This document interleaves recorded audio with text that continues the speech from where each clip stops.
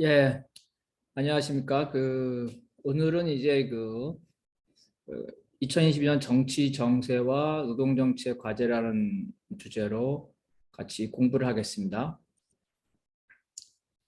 그래서 우리가 이 노동 정치라는 것을 알려면 전체 정치뿐만 아니라 국제 정세도 알아야 됩니다. 그래서 이 노동자에게 왜 국제 정세가 필요하지 이렇게 생각할 수도 있습니다.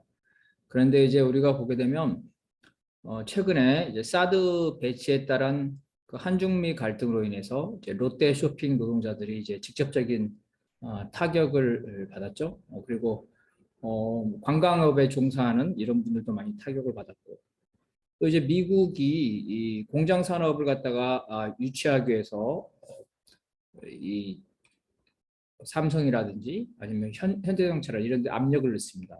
그러다 보니까 국내에 지어야 될 공장들이 그 해외로 어, 이전하게 됩니다. 그러므로써 국내 노동자들이 이 피해를 보죠. 그러니까 뭐 국내에 유치를 하면은 구조조정이 될 필요가 없겠죠. 또는 새로운 신규 노동자가 고용될 텐데 그러지 못하고 이런 국내 노동자들이 피해를 봅니다. 그래서 국제 정세의 변화에 따라서 업종에 따라서는 그 일부 노동자들이 직접적인 피해를 보고 직접적인 관련이 없는 노동자들도 이제 남북 관계가 급냉하든지 이럴 경우에 소위 이제 파업이라든가 총파업 같은 게 하기 어려운 그런 국내 정세가 조성되기 때문에 이 국제 정세가 노동자들에게 직간접적으로 영향을 미치고 있습니다. 그래서 이런 것들을 우리가 알 필요가 있다 이렇게 보겠습니다. 그래서 이제 정세는 그 세계 정세, 동북아 정세, 한반도 정세, 그다음에 국내 정치 정세, 그리고 마지막에 이제 노동자 민중의 과제를 알아보겠습니다. 자, 세계 정세를 먼저 보겠습니다. 세계 정세는 과거에 미국, 러시아, 중국이 1강, 1중, 1약 의 3자 구도였다는 거죠. 미국이 이 냉전 이후에 거의 1극 체제, 그 다음에 러시아가 그 밑에, 중국이 이제 미국이나 러시아에 비교할 수 없을 정도의 그 제3자 구도였다. 그런데 현재 어떻게 진행되냐면 미국, 러시아, 중국, 인도의 1강, 2중, 1약 구도로 변화되고 있다. 그 특징은 뭐냐면은 중국이 그 3자 구도에서 가장 약자에서 미국과 러시아의 버금가는 그래서 특히 거의 러시아 수준으로 이, 그 중국이 국제 정세에서 차지하는 지위가 아, 확대되고 있다는. 그리고 또 인도가 그 새로 나타났다. 그러니까 이제 중국의 왜 러시아와 버금가는 그러한 지위를 가졌는가는 뒤에 보는데요. 그렇다면 왜 인도가 뜬금없이 이러한 국제 정세에서 다극 체제에서 비록 약한 지위지만 하나의 어떤 강력한 국가로 부상되었는가? 인도의 부상은 첫 번째로는 인구입니다. 인구. 지금 세계 간에 그 각 나라들의 문화적 수준이라든가 지적 수준이 균등화됩니다. 글로벌화 되면서 인적 능력, 다시 말해서는 이제 생산성이겠죠. 1인당 생산성이 갈수록 균등화되는 경향을 지니고 있습니다. 그래서 지금도 그런데 앞으로는 사실은 인구 순서대로 세계의 패권주의가 그 정해질 가능성이 되게 높다는 겁니다. 그래서 인도의 인구가 엄청나기 때문에 이를 바탕으로 해서 국내 산업이 발전될 여지가 많죠. 지금 경제 발전이 엄청나게 되고 있고.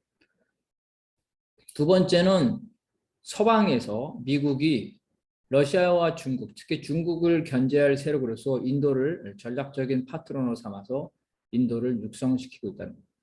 그럼 왜 미국이 인도를 육성시키냐면은 첫 번째는 인도는 중국이 아니라 미국이나 영국과 같은 서방을 쫓아가는 나라입니다. 인도는 그 영국의 오랫동안 식민지였죠. 그래서 언어가 영어를 쓰고 있습니다. 그리고 영어권 문화가 많이 들어가 있고요. 그 다음에 영국식 체제, 수상, 의원내각제죠. 이런 수상 체제를 가지고 있기 때문에 그 미국이나 영국과 같은 서방의 문화나 정치 체제와 가장 유사하다. 그래서 미국의 전략은 자기 자신과 유사한 정치, 경제, 사회, 문화적 정체성을 가지고 있는 국가는 미국이나 서방의 그 적대적인 관계가 되는 게 아니라 협력적 관계가 될 것이다. 그래서 친미국가, 친서방 국가를 아시아에 만들어야 되는데 바로 그것이 인도이다. 친서방 국가가 될 가능성이 높으면서 가장 강력한 인구나 이런 것들이 가고 있기 때문에 인도를 집중적으로 미국이 지원하고 있습니다. 그래서 미국과 중국의 국경 분쟁에 있어서 미국이 인도를 지원하고 있다. 인도의 산악부대를 미국에서 훈련시켜서 중국과 인도가 전쟁이 일어날 경우에 뒤에서 인도를 적극적으로 지지를 하려고 하고 있습니다. 중국이 미국에 대해서 도전하는데요. 미국이 그러면은 이러한 도전에 대해서 어떻게 평가하냐는 겁니다. 그래서 그 트럼프 시대에는 중국을 마치 적대 국가처럼 러시아보다 앞서는 적대 국가처럼 했지만 바이든 시대 와서는 이게 정돈이 됐습니다. 관료들과 전문가들에서 세계적 경쟁자다. 여기서 첫 번째는 세계적이다라는 건 미국과 중국의 관계가 더 이상 아시아의 관계가 아니라 세계 차원의 관계라는 겁니다. 그 다음에 경쟁자라는 거는 그 적대국, 적대국은 아니잖아요. 그렇다고 해서 협력자도 아니라는 거죠. 경쟁자다. 그러면 이러한 것들이 왜 그런지를 보겠습니다. 첫 번째는 그 경제에서 생산 분야에서는 지금까지는 미국과 중국이 세계 자본주의를 분업 체제에서 서로 상호 간에 혜택을 보고 왔습니다. 그래서 지금까지는 지식과 서비스 최첨단 산업이 그 미국이 담당했고 값싼 공산품은 중국이 생산해서 미국 소비자들이 향유하는 그런 과정인데요.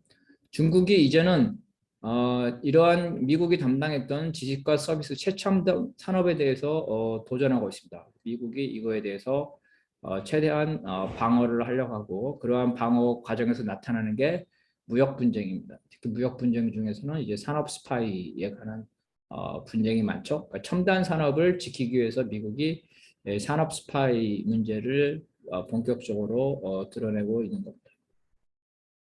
자, 소비 측면에서는 자, 중국의 인구가 엄청나게 많기 때문에 에너지, 식량, 희귀자원 이런 쟁탈전이 미국과 중국 사이에서 벌어지고 있습니다. 그럼 아프리카에서 시작했지만 남미 등 전 세계로 확대하고 있습니다.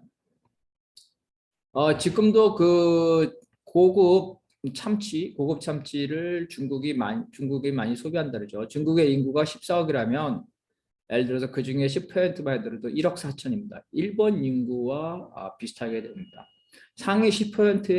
중국의 상위 10%의 소득 수준은 되게 높겠죠. 되게 높을 겁니다. 지금 현재 중국이 1만 달러를 약간 1인당 1만 달러를 넘는 걸 알고 있는데 그럼 이만한 인구들이 사용할 뭐 소고기라든지 뭐 이와 같은 식량, 그다음에 에너지, 그다음에 중국의 경제 발전의 희귀자원 이런 것들이 중국 내부에서 자체 조달하기 힘들기 때문에 지구 곳곳에서 이러한 자원을 획득하고자 합니다.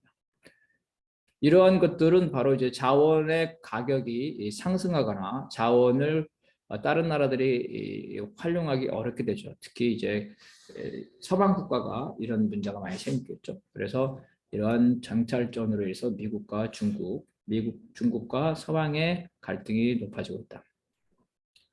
군사적인 측면에서는 자, 미국은 세계 곳곳에 군사 기지를 가지고 있죠. 이에 대항해서 중국도 군사 기지를 확대하고 있습니다. 또 이제 그 항공기와 항모도 그 중국이 미국을 쫓아가고 있습니다.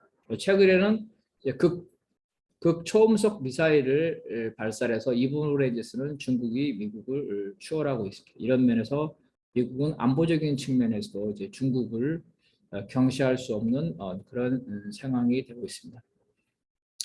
중국의 해외 군사 기지를 보면은 아프리카 동부 지부티에 이미 군사 기지가 있습니다. 이건 더군다나 미국의 군사 기지 바로 코앞에인데요. 이곳은 수에즈와 그다음에 중동의 관문이다. 또 서아프리카 적도 기니에도 현재 군사 기지를 추진하고 있습니다.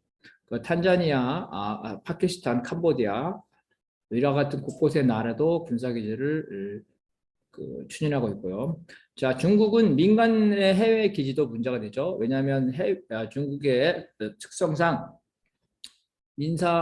민간 기지와 군사 기지가 전용될 수 있다는 게 미국의 입장입니다.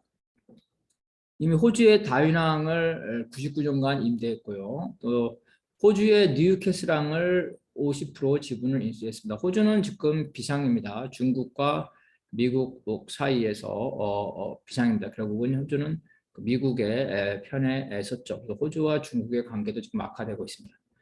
2016년에 이미 유럽에도 진출했는데요. 유럽의 최대 항구, 그리스 최대 항구인 피라에우스의 항구 지분을 매입했습니다. 여기를 관리하고 있습니다. 더 나아가서 이제 1대1로 비단길이죠. 현대식 비단길로 세계 곳곳에 민간 기지를 마련하라는 그러한 계획을 가지고 있습니다. 그래서 미국은 이런 군사적 전형에 우려하고 있고요. 자, 핵무기는 중국이 약 300에서 500기 이하로 핵탄두를 가지고 있다는 게 일반적인 추세입니다. 그렇지만 이것들이 다 수소폭탄의 정도의 수준이기 때문에 약 3천여 기, 2천에서 3천여 기를 가지고 있는 러시아와 미국에는 못 미치지만 미국의 안보를 위협할 정도의 수준입니다. 항공모함은 미국은 지금 현재 11척을 가지고 있습니다. 왜 이렇게 항공모함이 많냐?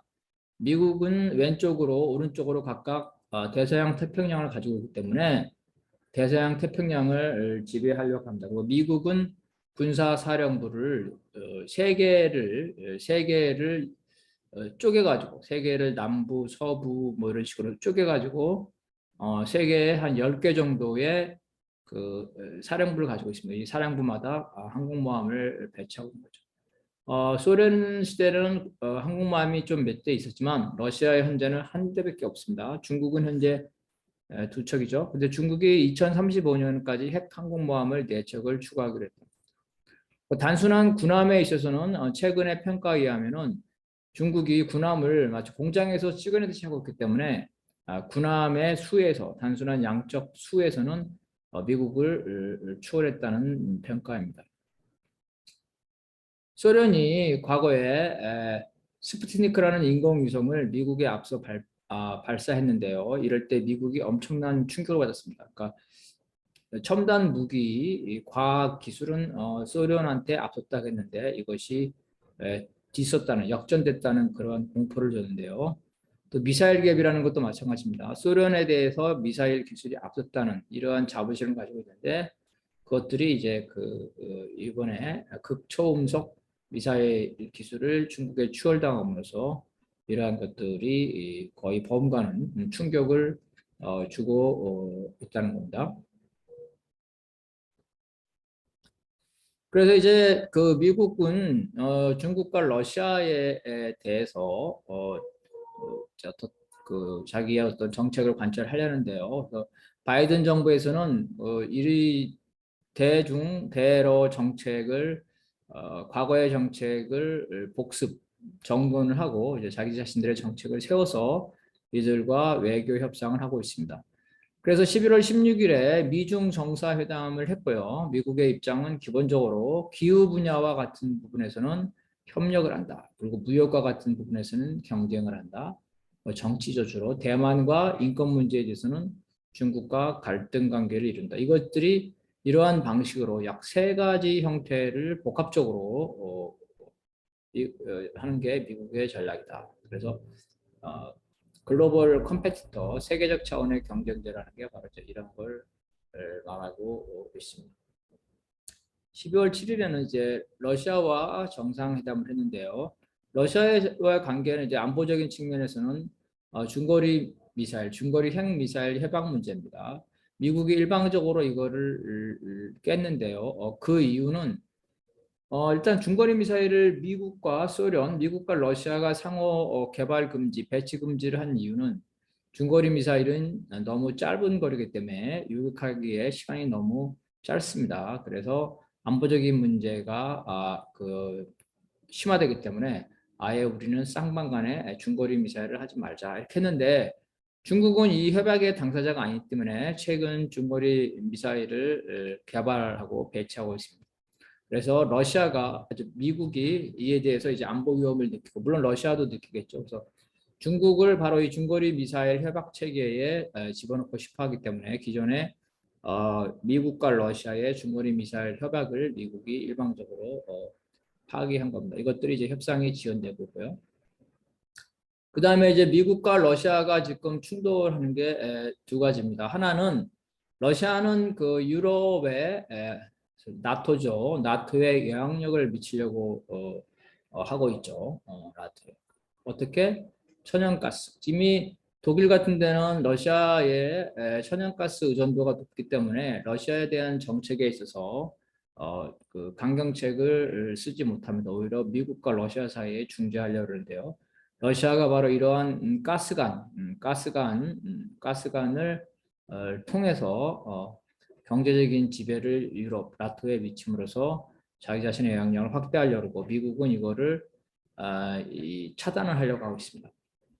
반대로 미국은 이제 소련, 그죠? 그 소비에트, 즉 러시아 인근의 나라에 친미 국가를 세우면서 러시아를 압박하고 있습니다. 그래서 대표적인 게 최근에 대표적인 게 우크라이나죠. 그래서 미국이 주장하기를 러시아가 17만 명의 군대를 접경지대에 파견해서 조만간 1년 이내에 우크라이나를 침공할 거다. 이렇게. 그래서 러시아와 가스관 문제와 미국의 우크라이나 문제가 서로 연결시키는 거죠. 미국이 주장하기를 러시아가 이제 우크라이나를 침공할 경우에는 러시아의 가스관을 끊겠다 이렇게 되는 거죠. 그래서 이럴 때 이제 특히 독일 같은 나라 이런 나라들이 이제 이러한 러시아와 미국 사이의 갈등에 상당히 난처한 지경에 있다. 우리와 비슷하죠. 그래서 이제 미국은 이렇게 중국과 러시아가 밀착하는 것을 차단하는데요. 여기서 이제 미국의 그랜드 스트래지라고 해서 미국의 대전략을 봐야 됩니다. 미국의 대전략은 미국이 세계 패권을 지배하기 위해서는 어떤 전략을 취하냐는 겁니다. 그 기본 전략은 키신저나 여러 이제 전문가들이 말하기를 유라시아, 즉 유럽과 아시아가 붙어 있죠. 유라시아를 지배하는 하나의 세력이 나타나면 안 된다. 그것은 그 미국의 압도할 수 있다. 미국에 압도할 수 있는 세력이기 때문에 유러시아 대륙이 하나의 세력에 넘어가지 않는다. 그러면 유러시아 대륙을 그 세력을 자기 밑으로 놓을 수 있는 집단은 어디냐? 그거는 중국, 러시아, 이슬람이다. 그래서 이러한 중국, 러시아, 이슬람 세력이 힘을 강력하게 못하도록 막아야 되고 첫 번째는 이제 이슬람들을 분열시켜야죠. 중동을 분열시켜야 된다. 중국과 러시아를 봉쇄해야 된다. 그럴 뿐만 아니라 이 중국, 러시아, 이슬람 이 세 세력이 미국의 잠재적인 적대 관계, 경쟁이기 때문에 이 세 세력이 서로 연대해서 반미 전선을 형성하지 못하도록 분할해야 된다. 분할해서 해야 된다. 그래서 러시아와 중국을 견제를 하지만 너무 심하게 견제해서 러시아와 중국이 반미 전선을 형성하는 것을 차단해야 되는 거죠. 그래서 미국의 입장에서는 러시아에 대해서는 기존의 균형 정책을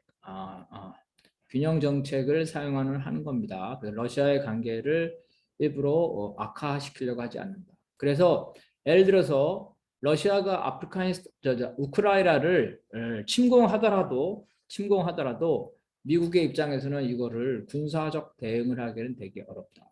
그러면 러시아와 전쟁 상태에 가는 건데 이건 이제 중국과의 관계도 있기 때문에 미국이 러시아와 중국을 동시에 군사적으로 상대해야 되는 상황입니다. 그래서 이러한 대러 균형 전략에서 미국은 현재 러시아가 우크라이나를 침공할 경우는 이제 직접적인 군사 개입보다는 경제적인 조치, 아까 말한 이제 러시아의 가스관을 차단한다든지 경제 제재를 한다. 물론 이와 별개로 군수 물자, 주로 이제 경무기겠죠. 경무기, 군수 물자에 관한 부분은 우크라이나에 제공하고 있습니다.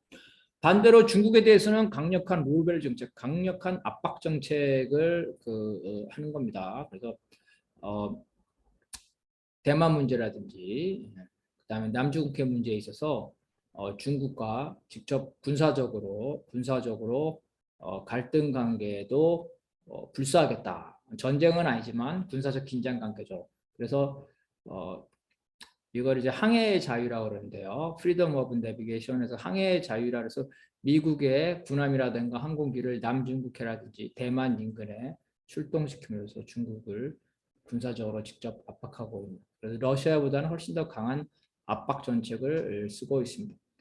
그래서 이제 러시아와 중국이 서로 연대하는 것을 막을 뿐만 아니라 러시아와 중국이 다른 나라와 연대하는 것도 막으려고 합니다. 그래서 뭐 그 호주에 대해서는 이제 반중국 전선, 친미 반중국 전선을 요구하죠. 한국에 대해서도 마찬가지고 인도도 마찬가지. 인도. 그래서 러시아와 중국이 다른 나라와 동맹을 맺는 거는 차단하면서 미국은 자신의 동맹을 확대하려고 한다. 그래서 이런 것들이 이제 쿼드가 여기서 나오는 거 있죠. 인도, 일본, 그렇죠?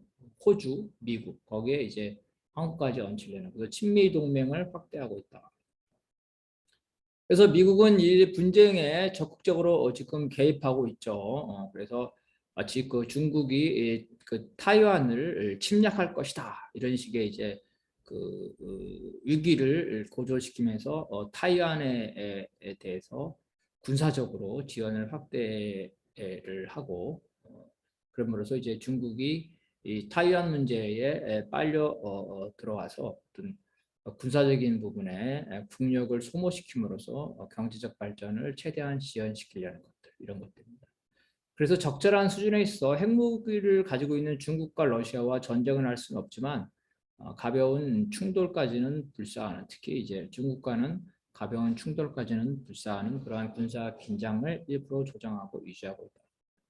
이러한 것들이 이제 중국과 러시아의 체제 피로도, 체제 피로도를 증강시키기 위한 겁니다. 그래서 미국의 입장은 자 중국과 러시아에 대해서 미국의 군사력은 훨씬 높습니다. 특히 중국에 비해서. 근데 중국 경제력에 있어서는 중국과 유사해요. 그래서 중국이 미국의 군사력을 쫓아오는 데는 시간이 걸리지만 중국이 미국의 경제력을 쫓아오는 데는 시간이 얼마 안 걸립니다. 그러면은 압도적인 군사력을 통해서 중국의 경제적 추격을 저지하는 겁니다. 그 방법은 중국이 군사 문제에 힘을 쏟게 하게 만드는 것. 즉 중국이 인도라든가 대만이라든가 남중국해라든가 이런 군사 분쟁에 힘을 쏟게 해서 경제적 발전을 위한 여력을 짰게 만드는 것.